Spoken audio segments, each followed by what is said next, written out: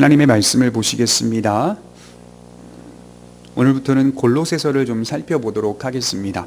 골로새서 1장 1절에서 2절까지의 말씀입니다. 신약성경 323페이지입니다. 봉독하겠습니다. 하나님의 뜻으로 말미암아 그리스도 예수의 사도된 바울과 형제 디모데는 골로새에 있는 성도들 곧 그리스도 안에서 신실한 형제들에게 편지하노니 우리 아버지 하나님으로부터 은혜와 평강이 너희에게 있을지어다. 아멘. 유사 종교들 앞에서 라는 제목으로 골로새서 전체를 좀 개관하겠습니다. 오늘부터 살펴보게 될 골로새서는 바울이 로마 감옥에 갇혀 재판을 기다리던 중에 기록한 편지입니다. 사실 골로새 교회는 바울이 직접 개척한 교회가 아니고요, 한 번도 가보지 못한 교회였습니다. 방문 계획만 세워놓았던 교회겠죠. 바울이 에베소 교회를 설립하여 하나님의 말씀을 가르치고 있을 때 에베소 교회에서 약 3년간 머물면서 하나님의 사역을 감당했다라고 사도행전 19장은 기록하고 있습니다. 바로 이때 에베소를 방문한 에바브라라고 하는 사람이 바울이 전한 복음을 듣고 예수님을 영접했던 것으로 보입니다. 그는 골로새 사람이었습니다. 복음을 영접한 그가 고향 땅으로 돌아가 골로새 교회를 세웠던 것입니다. 이처럼 하나님의 복음이 다양한 사람과 상황을 통해 흘러가고 있었던 것입니다. 그래서 복음의 역사는 언제, 어떻게, 누가, 어떤 상황 속에서 일어날지 우리는 알 수 없습니다. 그저 하나님께서 농부이시니 하나님이 역사하시길 간절히 기대하며 순종하는 것뿐입니다. 이 골로새라는 도시는 지금의 터키의 일부분입니다. 특별히 골로새 사람들은 에베소 지역을 자주 방문했는데 서로 왕래하는 일이 빈번했습니다. 그렇게 가까운 거리는 아니거든요. 에베소에서 동쪽으로 약 160km 떨어진 곳이었습니다. 그럼에도 불구하고 서로 왕래하는 일이 빈번했습니다. 골로새는 요한계시록 1장부터 3장에 등장하고 있는 소아시아 7교회가 위치해 있던 곳입니다. 이곳은 남북과 동서로 달리는 중심 무역로가 만나는 곳에 위치해 있습니다. 그래서 여러 면에서 활발하게 발달했던 도시입니다. 가장 많이 번성했을 때가 역사적으로 바사왕 크세르크세스라는 왕이 이 도시를 통과했는데 성경에서는 에스더서에 등장하고 있는 아하수에로 왕입니다. 그 당시 주전 5세기에 가장 번성했던 역사를 가지고 있다고 합니다. 그런데 바울 당시에 로마는 주요 모든 도로를 이 골로새가 아니라 라오디게아와 히에로볼리라고 하는 도로로 변경의 명령을 내립니다. 이로 하여금 상인들이 골로새를 많이 지나쳤고 또 골로새를 방문하지 않게 되었다고 합니다. 자연스럽게 활발한 골로새 도시는 점차 쇠퇴하게 되었고 라오디게아와 히에로볼리라는 도시가 가장 번성하게 되었다고 합니다. 제가 학창시절에 동인천에 가면 도로와 거리에서 차들과 사람들을 많이 보았습니다. 거리 같은 경우 어깨를 피해 다닐 정도로 사람들이 상당히 많았고 번성했습니다. 그런데 지금 가보면 거리가 휑하고 당시처럼 활발하게 느껴지지가 않습니다. 마치 죽은 도시 같은 느낌을 받습니다. 인천시가 어떻게 도시정책을 세우느냐에 따라 지역 환경이 달라지는 것이겠죠. 물론 도시정책만의 문제가 아니라 주거 환경이나 발달하는 상황, 직업군, 교육군, 문화적인 요소, 경제적인 부분, 모든 부분들이 포함되어 지역이 살아나기도 하고 쇠퇴하기도 한다는 것을 목격합니다. 그렇게 골로새는 조금씩 쇠퇴하고 있었습니다. 그럼에도 불구하고 이미 상인들의 주요 도로가 되었기 때문에 어느 정도는 도시의 명성을 유지하고 있었습니다. 도시 대부분의 사람들은 이방인들이었습니다. 지금으로 말하면 다문화권 도시였다고 볼 수가 있겠죠. 우리가 주목해야 할 것은 이곳에 주전 3세기경부터 유대인들이 대거 들어오게 되었습니다.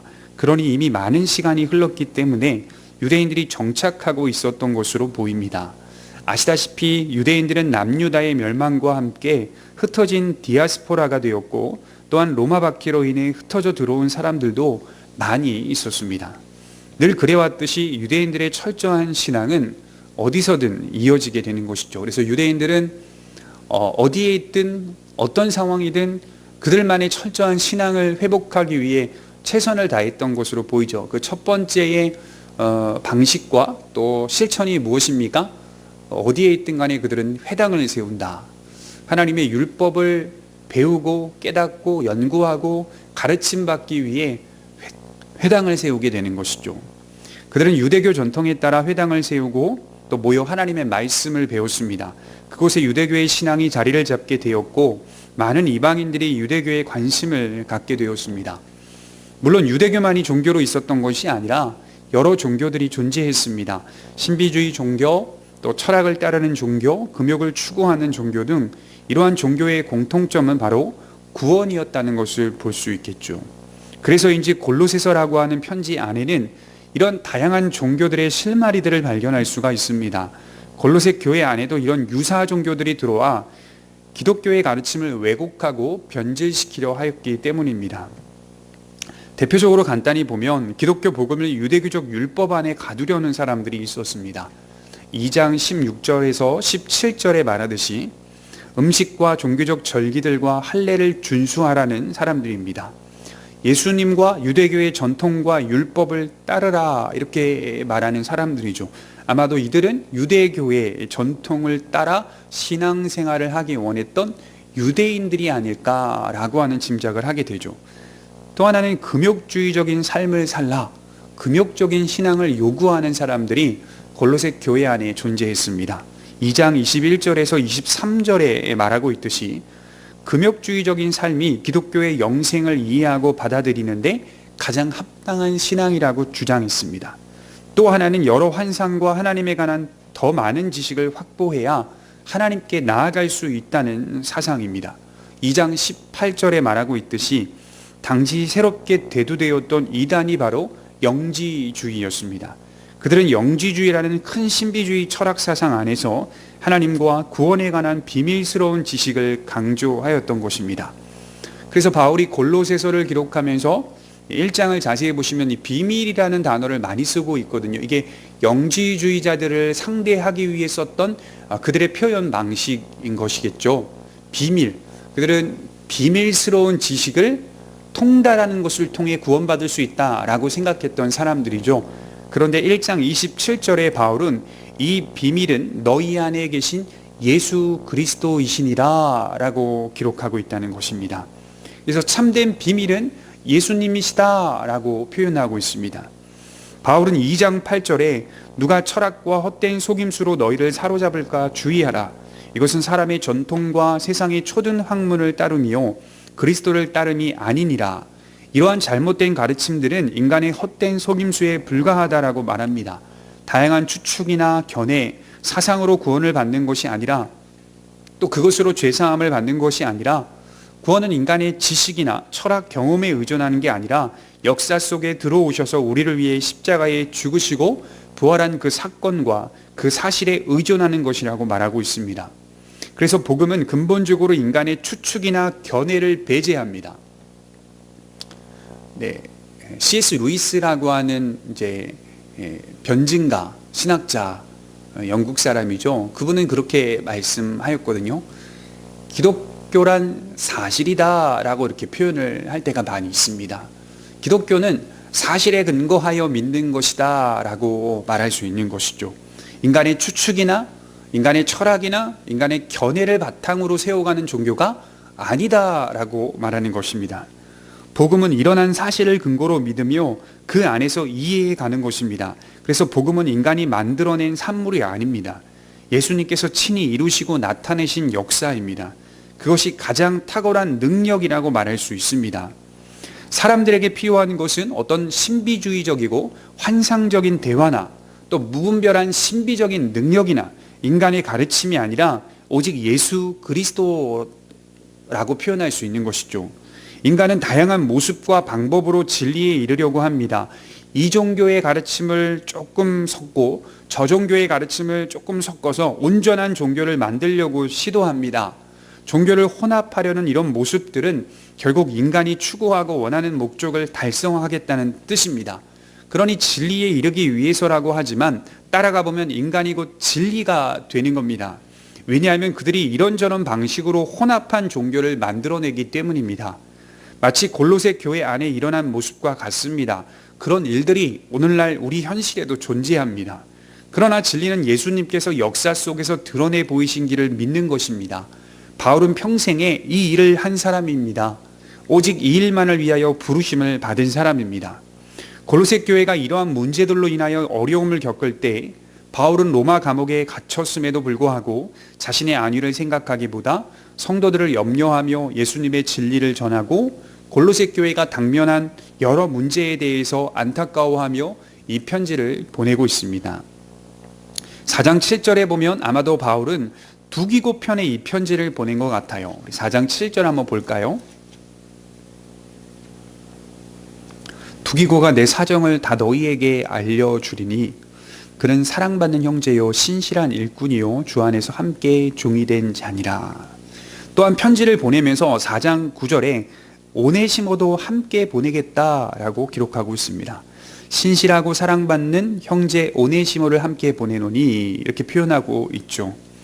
오네시모는 어떤 사람입니까? 빌레몬의 몸종이었던 사람입니다. 그가 빌레몬에게서 도망쳐서 바울을 만나 예수님을 믿게 되었던 것이죠. 그리고 이후에 골로새 교회의 대표적인 성도 빌레몬에게 다시 오네시모를 보내 잘 돌봐달라고 부탁했던 것입니다. 너무나 감사한 것은 그 과정 속에 빌레몬은 골로새 교회의 성도가 되었고 오네시모는 바울을 통해 하나님의 백성이 되었다는 것입니다. 그리고 이 둘 사이에는 종과 주인을 넘어서 그리스도 안에서 한 형제와 자매라는 공통 분모를 갖게 되었던 것입니다. 하나님께서 어떻게 섭리하시는지를 우리는 볼 수가 있겠죠. 이 골로새 사람 빌레몬을 변화시켜서 골로새 교회의 성도가 되게 하시고 또 빌레몬에게 도망친 노예 오네시모가 로마에서 방황하다가 바울을 만나 예수님을 영접하게 되었고 다시 그 주인 빌레몬에게 돌아가고 있는 것이죠. 둘은 이제 종과 주인의 관계를 뛰어넘어 그리스도 안에서 한 형제가 된 것입니다. 하나님의 섭리가 놀랍죠. 골로새서는 두 가지 중요한 주제가 있습니다. 첫째로는 우주 만물 속에 드러난 예수님의 왕권을 강조하는 편지입니다. 또 두 번째로는 예수님을 믿는 사람들이라면 어떻게 반응하며 살아야 하는지가 담겨 있습니다. 그래서 예수님의 진리가 우리의 삶과 밀접하게 연결되어 있다는 사실을 강조하고 이 서신이 마무리되고 있습니다. 한 번도 가보지 못한 골로새 교회가 당면한 여러 문제와 혼란들에 대해 바울은 최선을 다해 편지를 썼습니다. 이것은 육체적으로는 떨어져 있으나 성령 안에서 한 몸을 이루고 있다는 사실을 나타내는 바울의 신앙이었습니다. 바울 서신은 그리고 모든 사도들의 서신은 언제나 교회론이었다는 사실을 기억해 볼 필요가 있습니다. 그래서 우리의 믿음은 지역 교회 속에 가입돼 예배하며 서로 교통하며 말씀을 배우고 직분자를 세우는 건전한 신앙이어야 한다는 것입니다. 또한 하나님의 부르심을 받은 사람들은 성도요, 그 성도들을 하나님께서 교회로 부르시고 그리스도의 몸이 되게 하셨다는 이 사실은 민족과 지역과 국가와 학벌을 초월하여 서로가 주 안에서 하나임을 고백하는 것입니다. 그래서 교회로 부름받은 우리들은 우리 자신의 문제만이 아니라 다른 성도의 문제도 우리의 문제가 되어야 하며 그들을 위해 기도해 주어야 합니다. 우리 간단히 1절을 한번 보겠습니다. 하나님의 뜻으로 말미암아 그리스도 예수의 사도된 바울과 형제 디모데는 골로새에 있는 성도들 곧 그리스도 안에서 신실한 형제들에게 편지하노니 우리 아버지 하나님으로부터 은혜와 평강이 너희에게 있을지어다. 자신이 사도가 된 것은 이방인들을 위하여 복음을 전하는 사도가 된 것은 자신의 뜻으로 말미암아 된 일이 아니라는 것이겠죠. 하나님의 뜻으로 이루어진 사실이다라고 말씀을 하는 겁니다. 하나님의 뜻은 성도가 날마다 생각하고 고민하며 살아가야 할 이유이고 목적입니다. 무엇이 하나님의 뜻일까?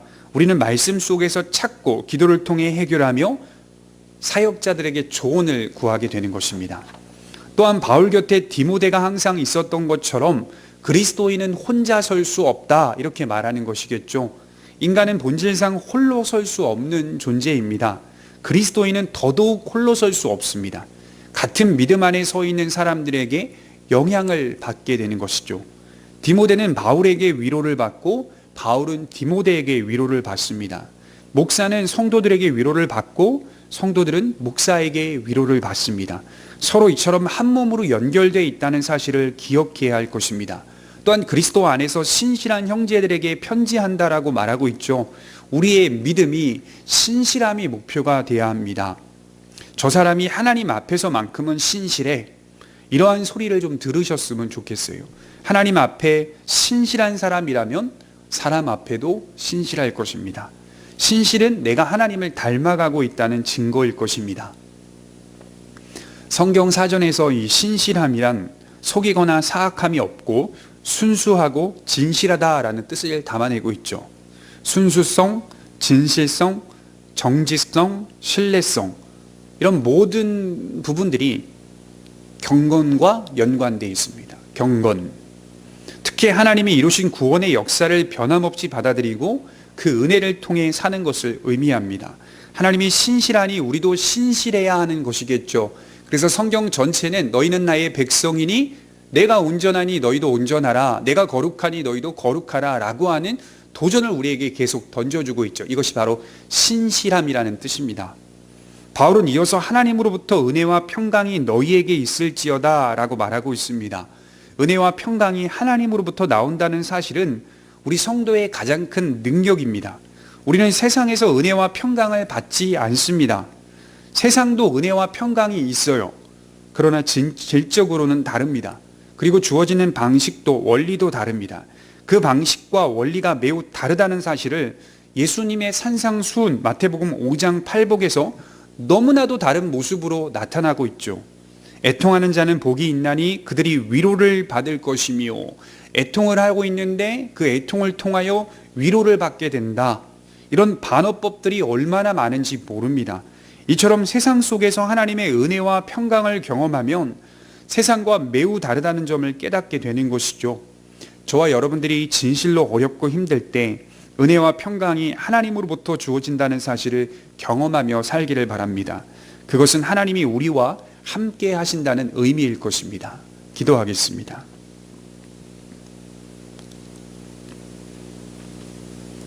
전능하신 아버지 하나님, 바울이 골로새 교회를 향한 사랑과 또 그 마음과 열정을 편지에 담아내고 있습니다. 교우들이 어려움을 겪고 있다는 사실을 들으며 자신도 현재 매여 있음에도 불구하고 하나님의 복음과 진리를 바르게 가르치기 원했던 바울의 모습과 마음을 보게 되고,